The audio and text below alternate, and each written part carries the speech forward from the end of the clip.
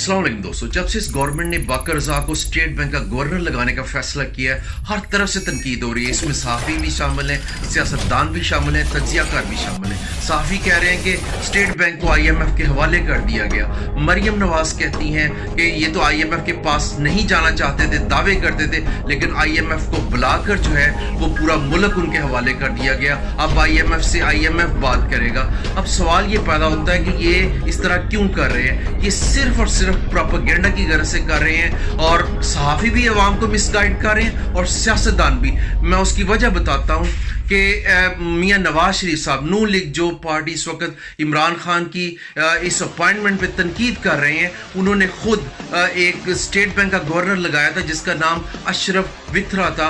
वो सिर्फ मुलाजम नहीं था जिस तरह से ये बाकर रज़ा मुलाजम है, एक कंट्री के हेड हैं, लेकिन जो अशरफ विथरा साहब थे वो तो बाकायदा बोर्ड ऑफ गवर्नर यानी टॉप लोग हैं IMF के, उसमें शामिल थे।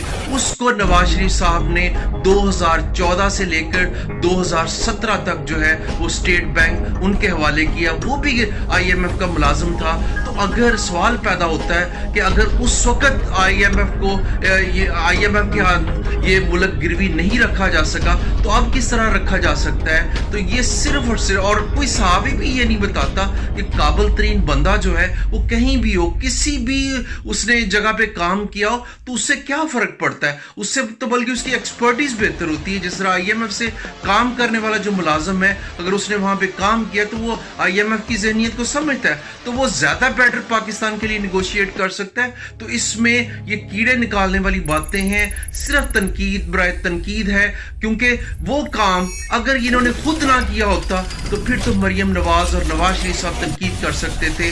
अगर ये काम वो खुद कर चुके हैं, 3 साल तक IMF के बंदे को जो है वो स्टेट बैंक का गवर्नर लगाया, अगर उस वक्त पाकिस्तान को कुछ नहीं हुआ तो अब क्यों हो सकता है? और ये तो दावा करते हैं कि इनकी गवर्नमेंट बड़ी अच्छी थी।